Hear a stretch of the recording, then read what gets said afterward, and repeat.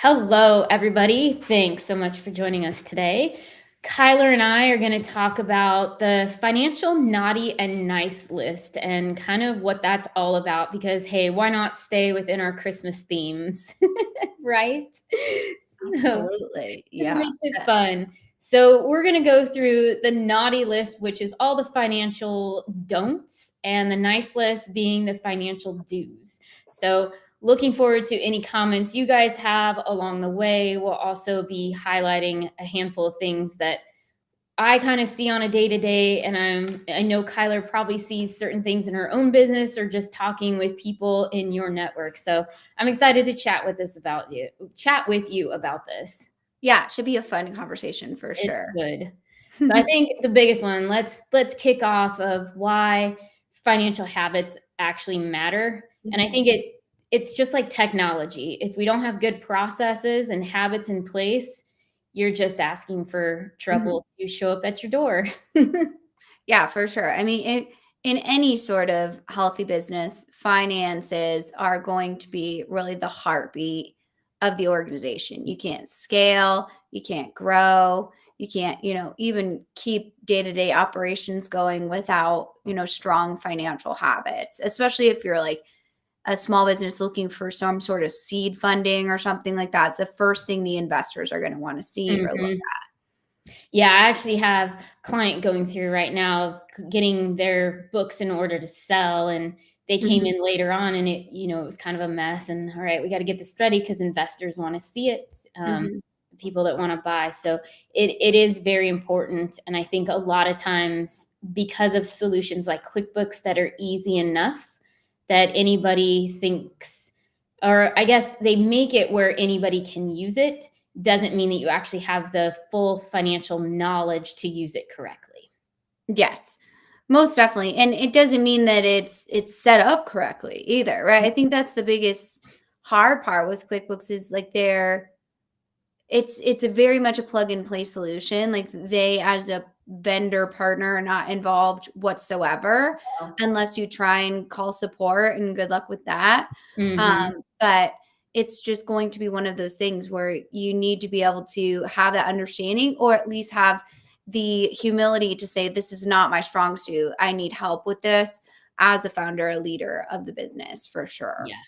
Yeah, their customer support is not their highlight of what they can offer to you, but it is a good solution once it's set up properly. And I've seen Mhm. time and time why sometimes owners will start it going just so they can write Mhm. checks and create invoices, but things are not in the right places.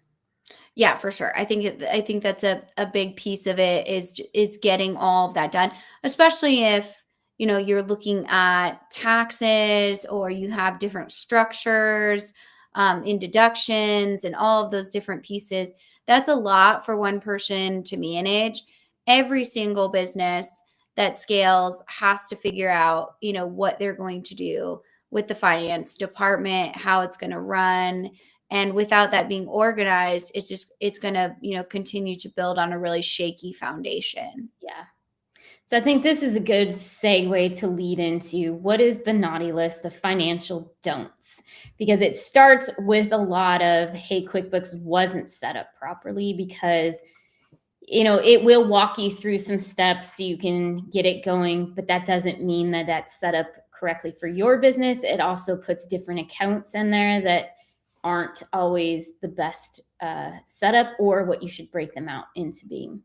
So I think the first thing I always think of is how many times numbers are ignored Mhm. until it's actually the dumpster fire. I see this a lot. Yeah. Yeah, for sure. I mean, those trash boards, right? Like, Mhm. even in QuickBooks, like a lot of times you'll open it and be like, this is completely wrong. This is not Yeah. correct in any way, shape, or form. But you have to be able to understand the numbers in order to do that, or have someone else that can, Mhm. that you invested in. You still, as the business leader, need to be able to understand that at a high level. Maybe not all the processes you take care of, but um, and you have to be able to manage all of the different pieces of that on a day-to-day basis. Yeah. And I think that's one of the key things that a lot of times owners may not watch the numbers well, and even so, like, this week I did a health assessment for a client, just really digging into their financials. They're a brand new client. Somebody else had been doing the books, and looking at, there's certain expenses that were buried in a certain category in an account that should have been pulled out, because those are big numbers that are trying to tell us what direction the company's going. So if they're buried in something, the owner has no idea to really make great decisions about what to do with their business. How do they want to scale? How, are they really making true profit? Yeah, absolutely. And then I think that, brings another piece to the list is like, how are you managing that profit? Like Yep. not effectively manage, whether it's looking at like how long does that actually take to get into your account, and are you managing that life cycle, and what does that really look like? Is there any like tightened up that needs to be happening there? Are we getting invoices out on time? Are we, getting those payment terms? What does that really look like? Mhm. Yeah, and that's a big part of it. Is so many companies, I think, they'll send out an invoice and then forget to track the open AR because they're so busy with growing the business, or just trying to keep track of so many other things that they don't have a team yet that can monitor that for them. And I see that even with some of my smaller clients where their AR can slip, and pretty soon Mhm, it's 45 days and they haven't received the mhm. payment yet, but they're so busy they can't go call and keep track. And so with some of them, it's we've had to put systems into place to make sure money's flowing in just as quickly as expenses are going out, because Exactly. it's Yeah. terrible when you're like, hey, so payroll, that's going to be fun this month trying to pay because nobody's paid their bills. Mhm. Yeah, or you think you're like, rich all of a sudden, when you Mhm. get like a bunch of new business sold, that's awesome, right? That's, or, a bunch of new services sold, new transactions.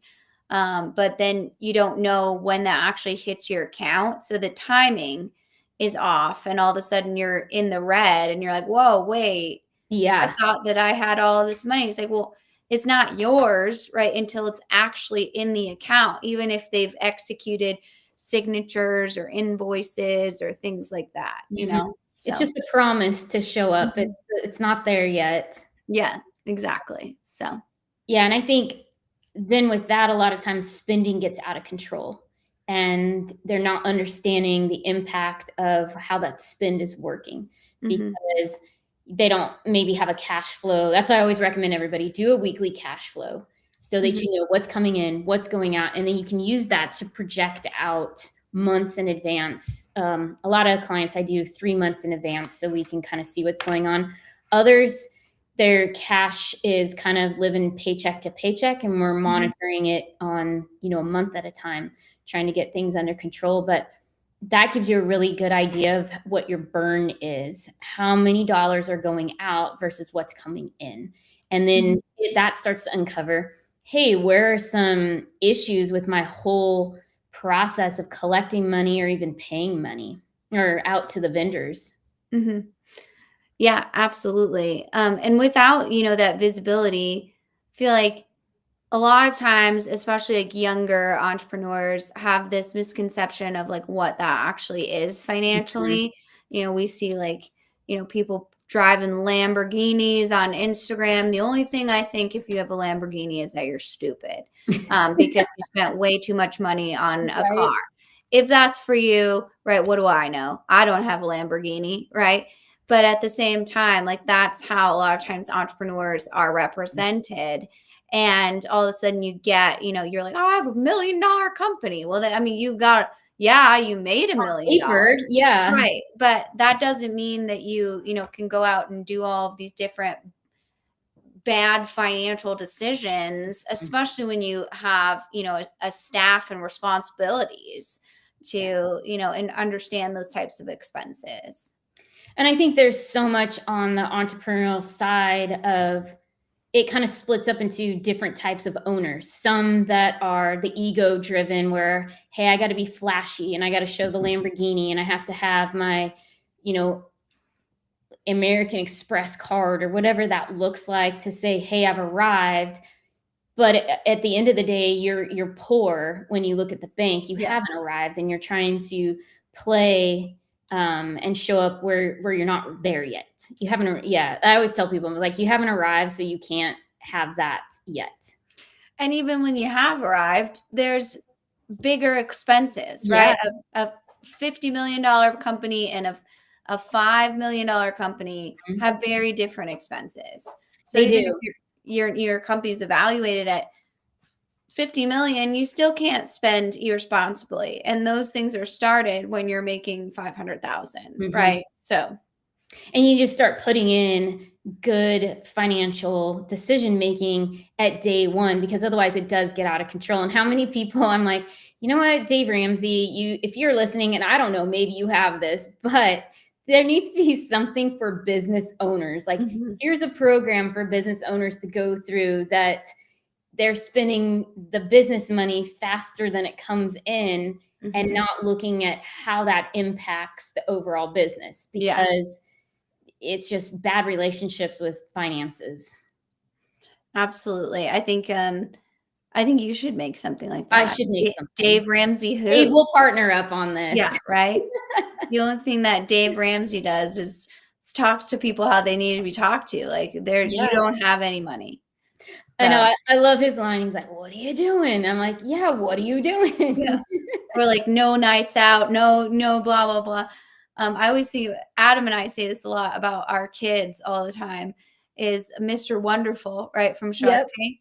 He always promised his kids, like, I will pay for you to travel wherever you want to travel. But he made them sit in coach while he sat in first class. And he always tells the story where his son is like, Dad, why do we have to sit back here and you're in first class? And he's like, because you don't have any money, Trevor. Like, Yeah. this is my money. I'm definitely going to sit in first class, but you're not, until you make it. If you want to spend the upgrade, by all means. Mhm. But that's how you Teaching good start decision, it making good teaches decisions, right? Getting responsibility. on that nice list of like, do I need this, Yeah. right?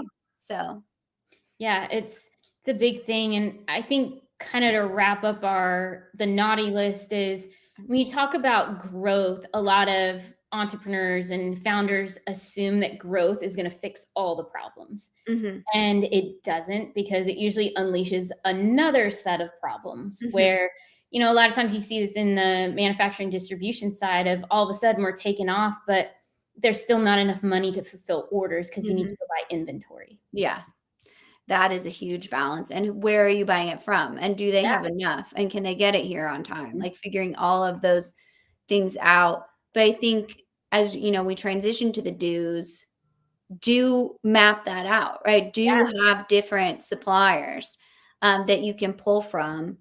Understand your procurement process. Mhm. And that's a very complicated process, especially if you're, in a business that is just developing it right now, right? Yeah.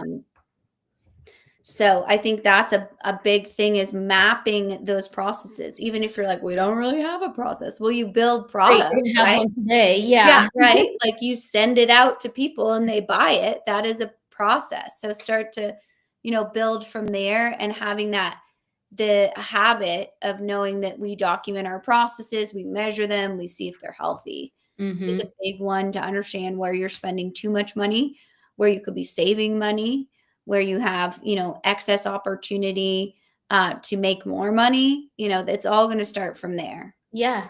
And I think, even to a lot of points on that, is I talked to the business owner earlier last week, and his whole thing was, you know what, we really wanted to push to grow and to scale, but we didn't see how badly it would affect us profitability. Hmm. And so they've had to scrap that plan, because it Hmm. dug so far into, hey, now we're losing money. We went out the gate too fast. We tried too many things at the same time without good planning. Hmm. And therefore we got to pull in. Hmm. And you Yeah. don't want to have that. So, to your point, it's like, yeah, have those good processes in place, but also look at the strategy behind how are you going to go into things, and test it at a slower rate to see the impact that you would have to profitability. Hmm. Most definitely. And I Yeah. think that is the biggest thing, especially in today's day and age. when, we have kind of a virility in our marketplace. Like, Mhm. what are you going to do if you have a jewelry company and you make this handmade what if, Kim Kardashian, where's your jewelry? And all of a Yeah. sudden you have like this info. That would be awesome, right? But would it, Mhm. because would you be able to actually fulfill those orders? Do you have enough money to buy that inventory, or like, what type of thing? It's not like crowdfunding, right? Where you get the money before you make it a lot of times. Yeah. So, you know. No, no, that happens all the time. Some video goes viral and all of a sudden your website is down because you can't keep up with the amount of traffic coming Mhm, into order. mhm. Yeah, Yeah. most definitely. And I think a lot of it, just looking at profitability too, is continually reviewing your financial reports and Mhm, looking at all three of them. People get hung up on just looking at the profit and loss statement instead of the full picture mhm, of the P&L, the balance sheet, and the cash flow together, because that's mhm, how you see everything that's going on with your company. And looking at that, I always say, hey, cash flow on a weekly basis is an absolute must. The balance sheet, that's a little bit different because that's larger purchases and liabilities that happen usually once a month. But even on the P&L, you can see a lot of that on your cash flow, but you still need to take a look at it and making sure that your team is, matching and kind of doing a weekly reconciliation of all your transactions so that you can mhm. spot problems.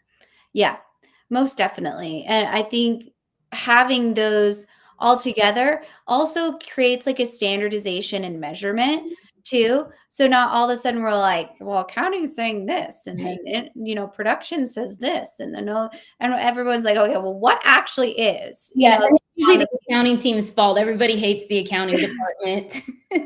well, they're always the downer, right? Sales Yeah. comes in and is like, we're up 120% year over year. It's like, of course you are. You made Yeah. up those numbers. We actually need to be able to look in the actual Mhm. profitability, not what you think you sold already. Like that's always the thing that gets me is like, especially in the service industry. Well, we have this contract that we're looking at building a pool for the Joneses down the street for $30,000. Like, okay, right, Yeah, but that doesn't mean, congratulations, but right, that you have $30,000 today to put in your P&L report. So should that be tracked and somehow on your, list of prospects? For sure. But that's not set in stone yet. That's not Mhm. actual revenue, right? Yeah, So, and that's where they get too excited about what's coming. mhm.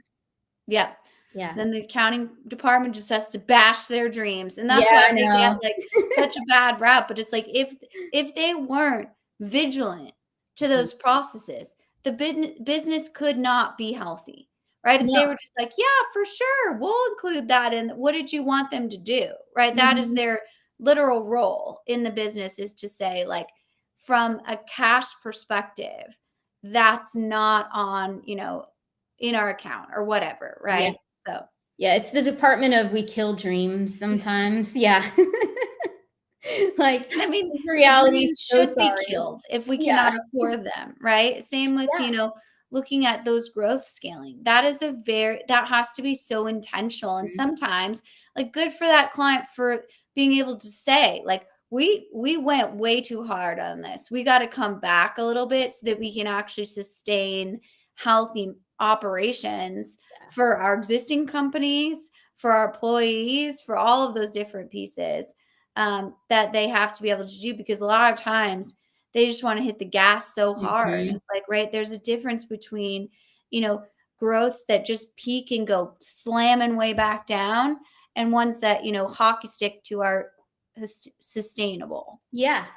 Exactly.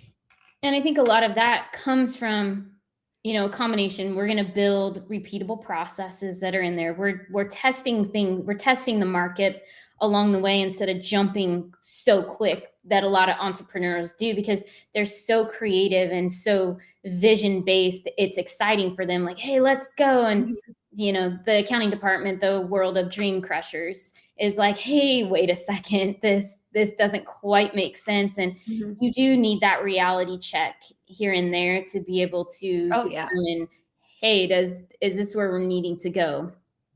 Yeah, absolutely. I mean, I do that all the time. I just did that on our last meeting. Was like, we should create this company that does this, blah, blah, blah.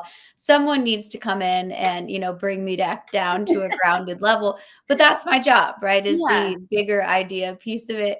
And then someone to be like, oh, You're like, no, I don't that's not know. really how that works. And that's the point of being able to trust your team and actually look at the finances are Bible, right? You Yeah. cannot start to do things without having the money to do it. Hmm. So, Yeah. And I think the last thing on my to do for the nice list is just making sure that you're using financial clarity to guide all your decision making. And this comes from, are your financial statements set up in a way that you can read the story that the numbers are telling you? mhm, How many times QuickBooks, you've let them set up your chart of accounts and it's all over the place. It doesn't really make sense. And you want to be able to have statements where anybody could look at it and start to understand. Yes, you'll always have somebody from your accounting department give you further insight into what's going on of the story, but you, the owner, should be able to take a look and understand at a high level. absolutely. And that's so critical. And if you don't have that in place, right? Find someone Yep. to set it up for you, right? Yeah. Don't just like fumble through and try and say like, well, I figured out how to make a rocket. I can figure out how to do. You probably can, but what is the most efficient, best use of your time so you're not having to redo or redesign things that aren't going to give you the biggest picture, right? It's like, Yeah. translating a document into your native language. Like you need someone to help you do that so that you can effectively read it. Could you go through and Google translate every single word? I True. mean, yeah, but it's not going to make any sort of contextual sense. And that's the point of reading a book, right? So you can get the storyline, you can find the key themes. Same with these types of finance things that are so critical. It's not a nice to have; it's an absolute necessity to running Mhm. any successful business. Yeah, I agree. I think there's one question I like here that came in that I think is really good for all of this is, what's one piece of financial advice you would offer CEOs going into the new year? And I think it's one of those is really understanding your numbers. Are they set up in a way that there's clarity when you go to make decisions? Because Mhm. if not, you're not going to make the decisions probably that are the best way for your business to go. And you want to make sure you have a team to support you that can Mhm. translate what these numbers are saying. You also have to have the people that are the realists in the room, but you also have to have the dreamers as well to say, you know what, no, we're willing to take a chance on this. Let's go. Yeah. Yep, for sure. And are they telling you the full story? I think Yeah. this is a bigger for our, enterprise level CEOs, hopefully, and even some small business CEOs. We have this executive bubble that you get in, and people don't want to tell you bad news because they're worried about their job. They're the messenger. Are you going to be upset with them? There's many layers at which you have this filter that goes from the AR team up to the accounting manager, up to the director of finance, up to the CFO, up to Hmm. all of these different levels, and all of a sudden, are you actually getting the real story at that point?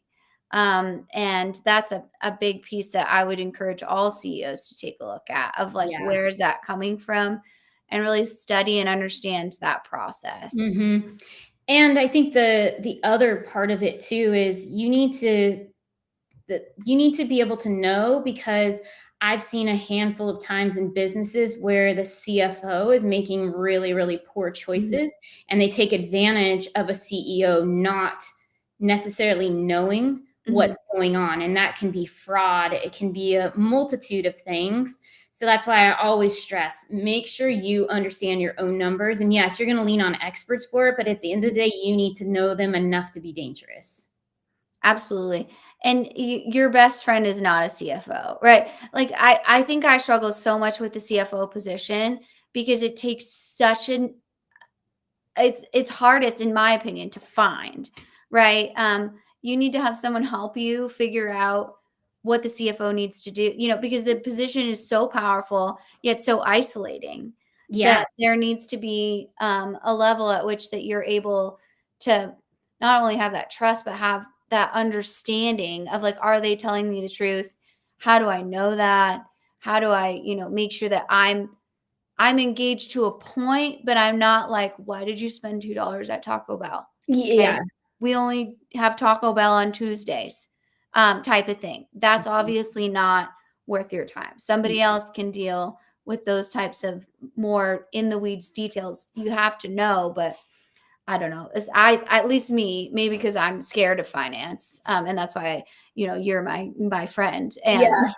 Be like, "Where's your receipts? yeah, right? How can you Um justify this expense? I'm not sure." Exactly. So, but I just think it's such a hard position to fill because it's so critical. Yeah, I would agree. And I think, there's just so much that comes in through that, and that could be a whole 'nother topic I could go into of, hey, everything that you ever needed, to know as a CEO. That would be a good list. That Yeah. would be You can give us that for Christmas. there you go. Starting Mhm. off January, everything you need to know that you I didn't need know. that list. Yeah. I'm not even the CEO, right? And, obviously not CEO material on that level, which is totally fine by me. But I think that's the biggest thing that entrepreneurs miss is like you don't have to be good at everything, but you have to absolutely say the things that you're not good at, Yeah, right?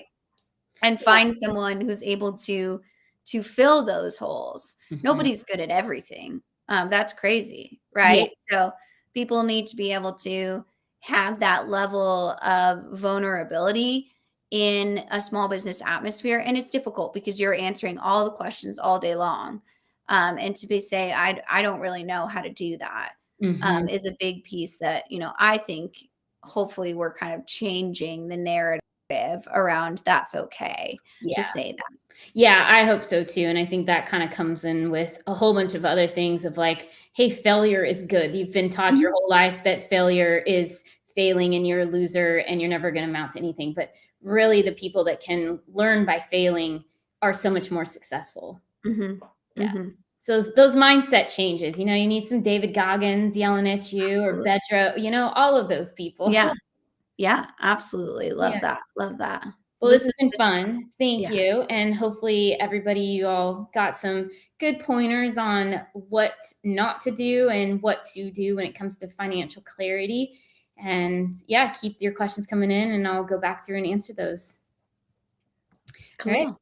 Thank you, Kyler, for being a part of this and talking finance. Yeah, absolutely. I always I always learn a lot from these conversations. So thanks so much for having me and happy holidays, everyone. Yeah, I hope you take some time to be on the nice list and enjoy your time with your families and friends. Definitely important this it time of year. is. Yeah, that slow down. Mhm. Yeah.